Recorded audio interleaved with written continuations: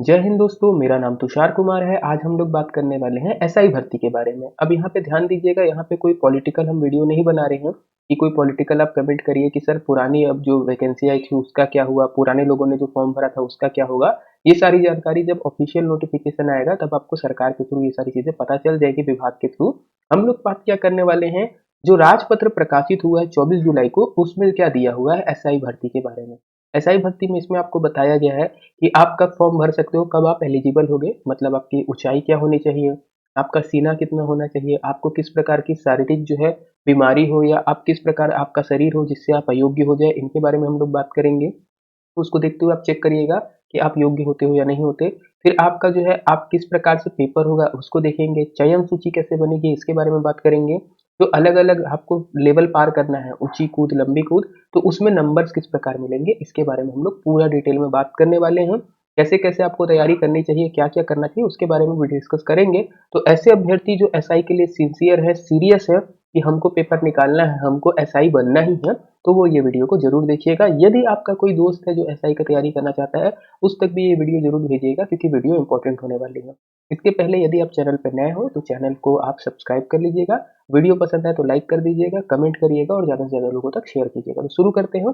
जो नोटिफिकेशन है, अधिसूचना आती है हमारी 24 जुलाई को आ जाती है। तो 24 जुलाई में क्या क्या चीज़ें हैं आपको बताते चलते हैं। तो अलग अलग प्रकार से पेपर होगा। जैसे आप फॉर्म भरते हैं, सबसे पहले आपकी शारीरिक नाप जोख होगा कि आप शारीरिक रूप से उतने फिट हैं या नहीं है कि आप इस चीज के लिए आगे बढ़ सकते हैं, पुलिस बन सकते हैं या नहीं। तो जो शारीरिक नाप जोख होने वाला है पहले उसमें, तो इसमें आपकी शारीरिक अहर्ताओं के बारे में बताया जाएगा कि आप क्या क्या चीज चेक की जाएंगी। तो सबसे पहले आपकी ऊंचाई चेक की जाएगी। तो ऊंचाई देखिएगा, आपकी 168 सेंटीमीटर होना चाहिए यदि आप पुरुष हैं। यदि आप महिला है तो 163 सेंटीमीटर होनी चाहिए। मतलब क्या है, लगभग 5 फीट 153 सेंटीमीटर महिला के लिए, और लगभग 5.5 फीट 5 फुट 5 इंच आता है, लगभग 5 फुट 5 इंच जो है आप यदि पुरुष अभ्यर्थी हो तो आपकी होनी चाहिए। इससे कम यदि आपकी हाइट है तो आपका सिलेक्शन नहीं होगा, आप पेपर टू पे में जो लिखित पेपर है उसके लिए क्वालिफाई नहीं कर पाओगे। तो सबसे पहले है ऊंचाई। तो ऊंचाई आपको देखना है कि आप 168 सेंटीमीटर पुरुष हो, सेंटीमीटर पे ही लीजिएगा क्योंकि लिखा हुआ है सेंटीमीटर पे। यदि आप 168 सेंटीमीटर के हो, पुरुष हो, या उससे ऊपर हो, तब आप फॉर्म भर सकते हैं। महिला के लिए 153 सेंटीमीटर या उससे ज़्यादा होगा तब आप फॉर्म भर सकते हैं। ये सारी चीज़ें जो है हमने पीडीएफ से ही निकाला हुआ है, जहाँ पे वो हमारा अधिसूचना आई थी। तो हो सकता है थोड़ा बहुत ब्लर हो फोटो पे, तो मैं आपको हर एक चीज़ बताते हुए चलूंगा। आप ये सारे पॉइंट मार्क करते जाइएगा। यदि आप पुरुष हैं तो आपकी हाइट 168 सेंटीमीटर है या नहीं है। यदि आप महिला हैं तो आपकी हाइट 153 सेंटीमीटर है या नहीं है। अगर इससे कम है तो फॉर्म मत भरिएगा, इससे ज़्यादा है तो आप आंख बंद करके फॉर्म भर सकते हैं। हाइट में पास हो जाएंगे। हाइट के बाद आता है हमारा दूसरा की क्या चीज़, सीना। तो जो चेस्ट है, आपका चेस्ट नॉर्मल जैसे आप ऐसे खड़े हैं तो आपका 81 सेंटीमीटर होना चाहिए। उसके बाद ऐसे फूला है, यहाँ पर ऐसे रोकने पर 5 सेंटीमीटर आपका और बढ़ना चाहिए। तो पुरुषों के लिए बोल रहा है मिनिमम 81 सेंटीमीटर आपका चेस्ट हो और फुलाने के बाद 86 सेंटीमीटर हो। अब आप ये कैसे कर सकते हैं, तो जिम जाइए, 81 सेंटीमीटर बनाइए। पर इसमें जो ध्यान देने वाली बात क्या है दूसरी, आप मान लीजिए 85 सेंटीमीटर है, 86 सेंटीमीटर आपका चेस्ट है, बट फुलाने के बाद यदि 5 सेंटीमीटर का इंक्रीज नहीं हुआ, मान लीजिए जैसे आपका बिना फुलाए 86 सेंटीमीटर है, फुलाने के बाद आप 90 तक ही पहुंच पाए, 91 नहीं कर पाए, तब भी आपका सिलेक्शन नहीं होगा। ये एकदम मैंडेटरी है कि सीना फुलाने पर आपका जो है कम से कम 5 सेंटीमीटर का ग्रोथ करें। ओके, मिनिमम 81 और 86 है, उसके ऊपर अगर आपका हो जाता है तो अच्छा है। तो इसको आप कैसे कर सकते हैं, जिम जाइए, टेस्ट करिए, टेस्ट मारिए, आपके ट्रेनर से पूछिए कि आप क्या कर सकते हैं, कैसे बढ़ा सकते हैं। यूट्यूब में भी आप देख सकते हैं, घर पे भी बैठे बैठे आप इतना ला सकते हैं। इस चीज में महिलाओं को छूट दी गई है। महिलाओं का ऐसा कोई भी टेस्ट नहीं होगा सीना फुलाने वाला, तो पुरुषों को करना है। इसके बाद आता है अभ्यर्थी शारीरिक रूप से दिव्यांग नहीं हो सकता। मतलब आप हैंडीकैप्ड यदि हो तो आप जो है इसके लिए अनर्ह हो जाएंगे, आप अरहित नहीं रहो, मतलब आप इसके लिए अयोग्य घोषित हो जाएंगे। तो फिजिकली यदि आप पूरे फिट हैं तभी आप इस पे आगे बढ़ सकते हैं। चलिए फिर आते हैं, इसके अलावा जो आता है जहाँ पे कंफ्यूजन रहता है, अभ्यर्थी में नौकनी की समस्या नहीं होनी चाहिए, फ्लैट फुट की समस्या नहीं होनी चाहिए। अब ये नौकनी क्या होता है, तो मान के चलिए जैसे आप सीधा खड़े होते हैं अपना पैर ऐसे स्ट्रेट करके, तो आपके घुटने जो है आपसे टच नहीं होने चाहिए। अब जैसे मैं छोटे बैकग्राउंड पे हूँ अभी, तो मैं जैसे मान लीजिए ये मैं खड़ा होता हूँ, ये मेरे दोनों पैर हैं, तो जब मैं ऐसे पैर को सीधा करता हूँ पंजों को मिला के, तो मेरे घुटने ऐसे टच नहीं होने चाहिए। यदि ऐसे घुटने टच होते हैं तो इसको बोलते हैं नौकनी की समस्या। आप ऐसे खड़े हो तो आपके घुटने दूर होने चाहिए, ऐसे टच नहीं होने चाहिए। तो ये टेस्ट में क्या होगा, आपको सीधा खड़ा कराया जाएगा, आपके पैरों के बीच से, घुटनों के बीच से एक स्केल पार कराने की कोशिश की जाएगी। यदि स्केल बिना छुए पार हो जाती है तो आपको समस्या नहीं है। यदि बिना छुए पार नहीं होती तो आपको नौकरी की समस्या है। इसके लिए आप क्या कर सकते हो, जैसे मेरे एक फ्रेंड ने सीआईएसएफ का एग्जाम क्लियर किया था, सीआईएसएफ में है वो अभी, 2015 से ज्वाइन करा हुआ है वो। तो उसको ये समस्या अगर आती तो वो बताता था इसके लिए क्या करना है। इससे दूर होने के लिए अपने पैर के बीच में, घुटनों के बीच में आप कोई पत्थर रखिए या कुछ खड्डा रखिए और दंड बैठक मारिए। इसके अलावा आप यूट्यूब में देख सकते हैं, ट्रेनर से पूछ सकते हैं नौकरी की समस्या को कैसे दूर करना है। ऐसी जो फ्लैट फिट रहता है, फ्लैट फिट की आपको समस्या ना हो। ये जो है ध्यान रखिएगा, आप एसआई के लिए किसी भी पोस्ट के लिए आवेदन कर दीजिए किसी भी प्रकार का, ये वाली दोनों समस्या आपको नहीं होनी चाहिए किसी भी हालत में। यदि ये वाली समस्या है तो आप किसी भी पोस्ट के लिए एलिजिबल नहीं रहेंगे, सभी के लिए अनिवार्य हो। फिर इसके बाद बात करते हैं, साथ ही अभ्यर्थी को चिकित्सीय दृष्टि से योग्य होना चाहिए। अब चिकित्सीय दृष्टि को यहाँ पे क्लियर नहीं किया गया है कि और क्या क्या मेडिकल कंडीशन के हिसाब से आपको फिट होना चाहिए। वो मेडिकल कंडीशन आपकी मेंटल भी हो सकती है, कोई अलग बीमारी तो नहीं है, ये सारी चीजें हो सकती हैं। इसके बाद आती है बात आंखों की। आंखों के लिए क्या बोलता है, यदि आपकी दोनों आंखें 6/6 है, कोई दिक्कत नहीं है, 6/6 है, आपको कोई दिक्कत नहीं है। कम से कम एक आंख आपकी चश्मे के साथ या चश्मे के बिना, एक आंख बिना चश्मे के 6/6 होनी चाहिए। मतलब एक आंख आपकी बिल्कुल फिट होनी चाहिए जिसपे चश्मे का नंबर ना हो। दूसरी आंख अगर आपको चश्मा लगा भी है तो वो 6/9 होना चाहिए बिना चश्मे के। तो आप इसको कैसे पता करोगे, इसके लिए आप नॉर्मल सा एक आई टेस्ट करवा लीजिए कहीं पर भी जाके और डॉक्टर को बोलिए नंबर दीजिए। तो वो नंबर देगा, आपका लिखा रहेगा ऊपर पे, आंखों पे दोनों रहता है, लेफ्ट आई राइट आई अलग अलग लिखा रहता है। तो उसमें लिखा रहेगा 6/6 और 6/9।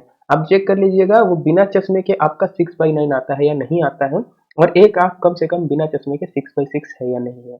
नहीं तो आप यहाँ से जो है अपना वो कहते हैं, आप यहाँ पे सिलेक्टेड नहीं होंगे। तो आपकी आंख बिल्कुल फिट होनी चाहिए। इसके बाद मुख्य रंगों का भेद करने में अभ्यर्थी को सक्षम होना चाहिए। मतलब क्या है, जो रंग होते हैं, कलर ब्लाइंड ना हो अभ्यर्थी, उसको रंगों का अंतर समझ में आता हो। तो वहीं पे आई टेस्ट में आप कलर ब्लाइंड टेस्ट भी करा सकते हैं। तो ये है बेसिक पहला लेयर। जैसे आपने फॉर्म भरा तो जो आपका शारीरिक मापदंड है, ये सारी चीजें होंगी पहला लेयर। यदि आपकी हाइट इतनी जो माना गया है उतनी आपको हो जाती है, 168 और 153 सेंटीमीटर, चेस्ट आप फुला ले रहे हो 5 सेंटीमीटर, 81 और 86 पे पहुंच जा रहे हो आप। इसके बाद आप विकलांग नहीं हो या दिव्यांग नहीं हो, नौकरी की समस्या नहीं है, फ्लैट फुट नहीं है, कलर ब्लाइंड नहीं है, तो आप इसको पास कर जाओगे पहला टेस्ट। आप बढ़ जाओगे अपने रिटर्न टेस्ट के साथ। तो जो लिखित परीक्षा है यहाँ से शुरू होगी। तो लिखित परीक्षा हमारा लेवल 2 पे रहेगा। लिखित परीक्षा लेवल 2 के हमको जो मानदंड दिखेंगे, पहला होगा प्रीलिमिनरी पेपर, जैसे हमारा पीएससी में होता है प्री का पेपर, वैसे ही प्रीलिमिनरी पेपर होगा, लिखित परीक्षा होगी। लिखित परीक्षा कितने नंबर की होने वाली है, 300 नंबर की होने वाली है, 2 घंटे समय दिया गया है। तो ये आपका विभाग से पूरा डिटेल पे आ जाएगा जब भी वैकेंसी आएगी, इसके बारे में जो भी आपका रहेगा पूरा उसमें अच्छे से लिख के आएगा कौन कौन से विषय का है। इसमें बताया क्या जा रहा है, 2 घंटे का टेस्ट है, 300 क्वेश्चन जो है, 300 अंक का आपका प्रश्न पूछने वाला है। मतलब 150 क्वेश्चन जो है आने की संभावना है कि 150 प्रश्न पूछ सकता है, हर एक प्रश्न का 2 नंबर। इसमें बोल रहा है परीक्षा में मुख्य रूप से सामान्य ज्ञान से संबंधित प्रश्न पूछे जाएंगे। तो सामान्य ज्ञान में आप समझ सकते हो जीएस आपका पूरा पूरा आएगा। आप ये समझ के चलिए छत्तीसगढ़ इंडिया का पूरा जीएस आपको पढ़ना है। सामान्यतः बोला है या मुख्य रूप से बोला है, हो सकता है मैथ रीजनिंग भी डाल दे। तो जैसे सिलेबस कवर अप होगा तब तक आप कर सकते हैं। अभी आप कैसे तैयारी करेंगे इस पेपर के लिए, तो बेसिक आप जो सीजीपीएससी या सीजीपीएफ की तैयारी करते हैं उतना आप पढ़ते चाहिए, उसको अपना एकदम मजबूत कर लीजिए, छत्तीसगढ़ मजबूत कर लीजिए, भारत का संविधान मजबूत कर लीजिए, करंट अफेयर को अच्छे से मजबूत करके चलिए, मैथ रीजनिंग आप मजबूत करके चलिए। फिजिकल पे भी आप ज़्यादा ध्यान देंगे, फिजिकल पे आप चेस्ट वगैरह अपना बना लीजिए अच्छे से। इसके बाद दो दौड़ने वगैरह वाले बात है हम लोग आगे करेंगे, वो हमारा टर्सरी लेवल पे आएगा, तीसरा लेवल पे आने वाला है। तो पर चेस्ट वगैरह आप बना लीजिए, सांस फुलाना सीख लीजिए, आंखों वगैरह की यदि कोई समस्या है तो उसको जल्दी से जल्दी ठीक करने की कोशिश करिए। चलिए, इसमें क्या बोलता है, 300 नंबर का पेपर होगा, 2 घंटे में आपको देना है। ऑब्जेक्टिव पेपर होने वाला है, कंप्यूटराइज वैकल्पिक प्रकार का है, तो ऑफलाइन पेपर होगा, ऑनलाइन ऑफलाइन उसको देख सकते हैं आप। वैसे ऑफलाइन पेपर होगा, कंप्यूटराइज वैकल्पिक प्रकार का बोल रहा है, तो जो वो हमारी ओएमआर सीट वाला पेपर होता है वही वाला पेपर होने वाला है। इसमें संभावना जो है वही होने की, ऑफलाइन पेपर होने की संभावना है। अब इसमें जो है पहले पेपर में बोलता है, जो आप चयन सूची बनेगी, मेरिट लिस्ट बनेगी, टोटल पोस्ट का 20 गुना बनेगी। इसका मतलब क्या है, मान लीजिए वैकेंसी आती है 1000 पदों की, फॉर्म भरे हैं 1 लाख लोग, तो उसको कोई फर्क नहीं पड़ता कि 1 लाख लोग फॉर्म भरे, 2 लाख फॉर्म भरे, 10 लाख फॉर्म भरे, वैकेंसी कितनी है, सीटें कितनी है, 1000। तो 1000 का 20 गुना, मतलब वो सेकंड पेपर पे बैठने के लिए, आपका मेंस पे बैठने के लिए केवल 20,000 लोगों को ही सेलेक्ट करेगा, 20,000 से ज्यादा लोगों को सेलेक्ट नहीं करेगा। यदि मान के चलिए अंतिम जो रैंक है 20,000वीं पोजीशन पे है, 10 लोगों के बीच में टाई अप होता है कि सब सेम नंबर का है, तो वो 10 लोगों को मिल जाएगा। बट 20,000 से ज़्यादा प्लस नहीं होगा, सेम नंबर वालों को होगा। तो आपको कोशिश क्या करनी है, प्रारंभिक पेपर पे आप ज़्यादा से ज़्यादा नंबर स्कोर करो। 150 पे अभी बोलना बहुत ज़्यादा आपका ये होगा कि भविष्यवाणी करना कि 300 पे कितने का कट ऑफ हो सकता है, तो इसके लिए हम कोई भविष्यवाणी नहीं करेंगे। आप ज़्यादा से ज़्यादा क्वेश्चन बनाइए, सिर्फ ये बात बताएंगे। चलिए आगे बढ़ते हैं। जैसे आप प्रारंभिक परीक्षा पास कर लेते हैं, जो रिटन पेपर है आपका ऑब्जेक्टिव वाला, उसको आप पार कर लेते हैं, 300 नंबर से जैसे आपने सेलेक्ट कर लिया, आप मेरिट लिस्ट में आ गए, 20 गुना वाले लोगों में आप आ गए। आपका होने वाला है मेंस का पेपर। जैसे मेंस का पेपर होता है वैसे ही मेंस का पेपर होगा। तो मेंस में आपको अलग अलग सब्जेक्ट के पेपर होंगे, इनके बारे में हम लोग बात करते हैं। तो जैसे इसमें पहला पेपर आएगा लैंग्वेज का। लैंग्वेज कौन सी है, तो हिंदी और अंग्रेजी भाषा। हिंदी और अंग्रेजी भाषा के लैंग्वेज का पेपर होगा। ये सारा राइटिंग में पेपर रहेगा, रिटन पेपर रहेगा। 2 घंटे में आपको करना है, 200 नंबर है इसमें, 200 नंबर आपको निकालना रहेगा। 200 नंबर का प्रश्न होगा कुल। 200 नंबर में 125 नंबर हिंदी का होने वाला है और 75 नंबर आपका अंग्रेजी का होने वाला है। यहीं से आपको सारी चीजें समझ में आएंगी, आपको तैयारी करनी। तो आप सबसे ज्यादा फोकस करिए हिंदी लैंग्वेज और अपना अंग्रेजी पे। हिंदी का वेटेज ज्यादा है, तो कोशिश करिए आप हिंदी का पूरा सिलेबस खत्म करें। याद रखिएगा, पीएससी के हिसाब से नहीं, व्यापम के हिसाब से आप सिलेबस कवर अप करेंगे हिंदी का, क्योंकि उसमें वास्ट है। 11th 12th तक का आप करके रखेंगे, रस छंद अलंकार दोहा सोठा सारी चीजें जो है आप करके रखेंगे। इसके बाद अंग्रेजी का भी आप सामान्य पढ़ाई करेंगे, जिसपे से प्रश्न पूछ सकते हैं उसके बारे में। फिर दूसरा पेपर आएगा हमारा सामान्य ज्ञान या सामान्य अध्ययन। ये भी 200 अंकों का होगा, 3 घंटे की अवधि है। जो 200 अंकों का लैंग्वेज का था उसमें 2 घंटे की थी, आपका सामान्य ज्ञान वाले में 3 घंटे की अवधि है, जो 200 अंकों का होगा। ये परीक्षा जो ऊपर की दोनों बोल रहा हूँ मैं, हिंदी लैंग्वेज वाला या इसके अलावा सामान्य ज्ञान, ये सभी अभ्यर्थियों को देना है। आप किसी भी पोस्ट के लिए भरेंगे, इसको आपको देना है। इसके बाद हमारा होगा एप्टीट्यूड टेस्ट। एप्टीट्यूड टेस्ट की बात करेंगे, 200 अंक की परीक्षा होगी, 2 घंटे की अवधि है। ये भी परीक्षा सभी अभ्यर्थियों को देना अनिवार्य है। तो मेंस के जो 3 पेपर है शुरू के, वो सभी अभ्यर्थी देंगे। इसके बाद बात करेंगे विज्ञान की। तो विज्ञान के अंतर्गत गणित भौतिकी और रसायन को भी शामिल करता है। ये 200 अंकों की होगी, 2 घंटे में आपको देना है। ये परीक्षा केवल ऐसे अभ्यर्थियों के लिए अनुसार होगी जो बोलता है अनुसूची 3 को आप छोड़ दीजिए, ऐसे लोगों के जो है इंपॉर्टेंट है, जो रेडियो वाला कर रहे हैं आपका काम, फिंगरप्रिंट वाला काम करते हैं, या प्रश्नाधीन दस्तावेज, इनके पदों के लिए भर्ती करते हैं। जैसे आप फॉर्म भरेंगे तो अलग अलग आपको दिखेगा कि इसके इसके बारे में भरना है। तो यदि आप ये 3 को डालते हैं तो उन्हीं के लिए अनिवार्य है, बाकियों के लिए अनिवार्य नहीं रहेगी। इसके बाद आती है कंप्यूटर विज्ञान परीक्षा। ये भी 200 अंकों की होगी, 2 घंटे की अवधि है, 2 घंटे के अंदर आपको इसको कवर अप करना है। ये ऐसे अभ्यर्थियों के लिए होगी जिसमें आपको दिख जाएगा जो साइबर क्राइम के पद के लिए भर्ती के लिए आवेदन करते हो। साइबर क्राइम वालों के लिए कंप्यूटर विज्ञान की परीक्षा जरूरी होगी, और बाकी जो ऊपर आपको दिखेगा रेडियो अंगुल चीन वाले का, जो फिंगरप्रिंट वगैरह और रेडियो वाला रहता है, उनके लिए विज्ञान वाली होगी। तो ये सारे पेपर उनको देने पड़ेंगे, बाकियों को देने की आवश्यकता नहीं है। चलिए अभी तक जो आया है उसके हिसाब से हम लोग बात कर रहे हैं। फिर आगे बढ़ते हैं हम लोग। जो लास्ट पेपर होगा, जैसे आप सेकंड पेपर पास कर लेते हैं, मेंस का पेपर पास कर लेते हैं, इसके बाद होने वाला है आपका फिजिकल टेस्ट। फिजिकल टेस्ट एक तरीके से आप बोल सकते हैं कि आपका खेल कराए जाएंगे, ऊंची कूद लंबी कूद, खेल नहीं बोलेंगे हम लोग, कि मिनिमम पासिंग मार्क जो आपको यहाँ पे लाना पड़ेगा। मिनिमम पासिंग मार्क्स इसमें रहेगा कितना, 30%। हर एक में आपको 30% लाना पड़ेगा। कुल 5 विधाएं आपको दी गई हैं, हर एक विधाओं में आपको मैक्सिमम 60 नंबर मिल सकते हैं। तो 30% मतलब आपको 90 नंबर लगभग ला के आने की कोशिश करना है। चलिए, तो इसमें आपको देखने को क्या क्या मिलेगा, लंबी कूद आपको ट्राई करना है, ऊंची कूद करना है, गोला फेंक करना है, 100 मीटर की दौड़ में करना है, और 1500 मीटर की दौड़ पे करना है। तो इसमें जो है बोलता क्या है, प्रत्येक प्रतिस्पर्धाओं के लिए जो प्रतिस्पर्धाएं होंगी, दिए गए जाने वाले अंकों का विस्तृत विवरण दिया गया है, जो मैं बता रहा हूँ आगे आप लोगों को मिलेगा। इसमें जो ध्यान देने वाली बात है, जो उप निरीक्षक कंप्यूटर या साइबर क्राइम के पद हेतु भर रहा है, उनको केवल ये क्वालिफाई कर, उनको केवल क्वालिफाई हो जाए, मतलब मिनिमम 30% आप ले आओ, 90 ले आओ आप, तो आपका सिलेक्शन हो जाएगा। बाकी लोग का इसमें देखा जाएगा रैंक। ओके, अब फिर से एक बार पूरा समझ लेते हैं शुरुआत से। पहले आपका फिजिकल एग्जामिनेशन हुआ कि आपकी हाइट कितनी है, आप कितने ऊंचे हो, आपका सीना फूल रहा है या नहीं, आप दिव्यांग हो या नहीं हो। इसके बाद आप क्या क्या बाकी चीजों की जो चेक होता है, कलर ब्लाइंड वगैरह आप तो नहीं हो, नौकरी वगैरह तो नहीं, इसको आपने पास किया। आप पहली परीक्षा दोगे ऑब्जेक्टिव वाली। ऑब्जेक्टिव वाली परीक्षा जो 300 नंबर की होने वाली है, यदि आप उसको पास कर लेते हो, 20 गुना लोगों में आप आ जाते हो, तो आपको मेंस दिलाना है। मेंस दिलाने में अलग अलग विधाओं वालों के लिए अलग अलग पेपर है, 3 से 5 पेपर है। तो अलग अलग जिस प्रकार से आप फॉर्म भरते हो, जो जो पोस्ट के लिए भरते हो, आपको 3 से 5 पेपर देने पड़ेंगे। शुरू के 3 सभी के लिए हैं, बाकी 2 में आपके लिए दिखेगा कि अगर आपने वो पोस्ट भरी है तो होता है। इसके बाद आता है, जैसे आप उसमें से भी निकल जाते हो, मेंस में से भी आप निकल जाते हो, मेंस को भी आप पास कर लेते हो, तो मेंस के बाद आपको देखने को मिलेगा यहाँ पर आपका मेन फाइनल। फाइनल आपका क्या है, तो ये सारा है स्पोर्ट्सिंग एक्टिविटीज, मतलब आपको मिनिमम इतना चीजें पास करना है। ध्यान दीजिएगा, यहाँ पर जो अलग अलग विधाएं हैं जो बात कर रहे हैं कंप्यूटर के लिए या साइबर क्राइम के लिए अगर आप भरते हो तो आपको इसको क्वालिफाइंग करना, मतलब 90 नंबर लेके आने हैं। क्वालिफाइंग 30% रखा गया है, तो 300 का 30% लगभग 90 होता है, तो 90 नंबर मिनिमम आपको लेके आने हैं, तो आप पास हो जाओगे। बाकी लोगों का रैंकिंग यहीं से तय होगा, तो यहाँ पर आपको मैक्सिमम नंबर लेके आने हैं। तो जो एसआई की तैयारी करते हैं उनके लिए दो तीन चीजें हैं, आप ऊंची कूद, लंबी कूद, गोला फेंक, ये सारी चीजों का अच्छे से प्रैक्टिस करिए। 300 नंबर का वेटेज है, यहाँ पर आप 300 में 300 नंबर ला सकते हैं यदि आपकी प्रैक्टिस है। बाकी रिटन एग्जाम वगैरह में आप 300 में 300 नंबर ला पाते हैं नहीं ला पाते, वो चीजें अलग होती हैं, बट ये वाले में आप 300 में 300 नंबर स्कोर कर सकते हैं। तो चलिए इसी को समझते हैं कैसे आप स्कोर कर सकते हैं। तो जैसे सबसे पहले पता है पुरुषों के लिए अलग, स्त्रियों के लिए अलग। अगर आप देखोगे लेफ्ट साइड ये जो मेरे तरफ आपको दिखेगा वो पुरुष अभ्यर्थी के लिए है, और जो आपको राइट साइड आपकी स्क्रीन में दिखेगा या मेरे अपोजिट आपको दिखेगा वो महिला अभ्यर्थी के लिए। तो जैसे पहला है हमारा विधा क्या है, पहली प्रतिस्पर्धा लंबी कूद, लॉन्ग जंप जो है, हर एक में आपको 3 प्रयास दिया जाएगा। तो लॉन्ग जंप आपको 3 बार कूदने के लिए बोलेगा। आपको 60 नंबर यदि लाना है तो 60 नंबर आप 19 फुट, यदि आप पुरुष हो चलिए ऊपर से करते हैं, अगर आप मात्र 12 फुट कूद पाए लंबी कूद में, लॉन्ग जंप में आप 12 फीट या 3.6 मीटर तक आप गए, आपको कोई अंक नहीं मिलेगा, आप 0 नंबर पाएंगे। ऐसी महिला यदि 8 फुट लंबाई तक की जंप मार पाई लॉन्ग जंप, तो उनको कोई नंबर नहीं मिलेगा। पुरुष यदि 14 फीट ले कूद जाता है तो 12 नंबर पाएगा। ऐसी महिला यदि 10 फीट कूदती है तो 12 नंबर। देखेंगे तो 2-2 फीट का गैप दिखेगा।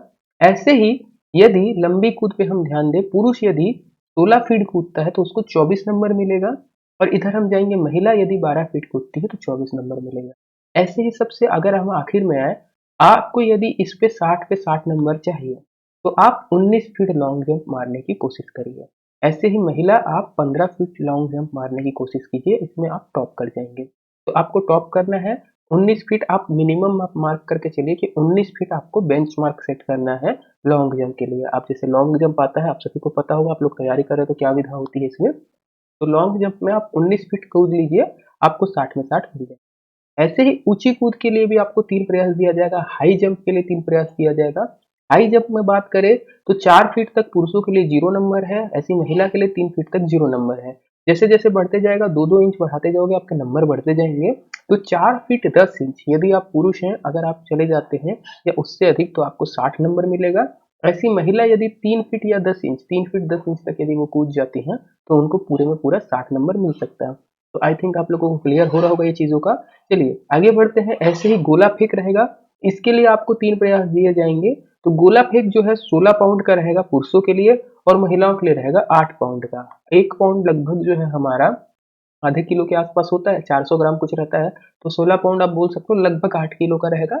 ऐसी महिलाओं के लिए लगभग 4 किलो का रहेगा। तो ये क्या कर सकते हो गोला फेंक के लिए, आप ऑफिशियल अगर आपके स्कूल, आपके आसपास स्कूल या कॉलेज होगा, वहां पे ये विधाएं होती हैं, तो वहां से आप ले आइए और इसकी प्रैक्टिस करिए।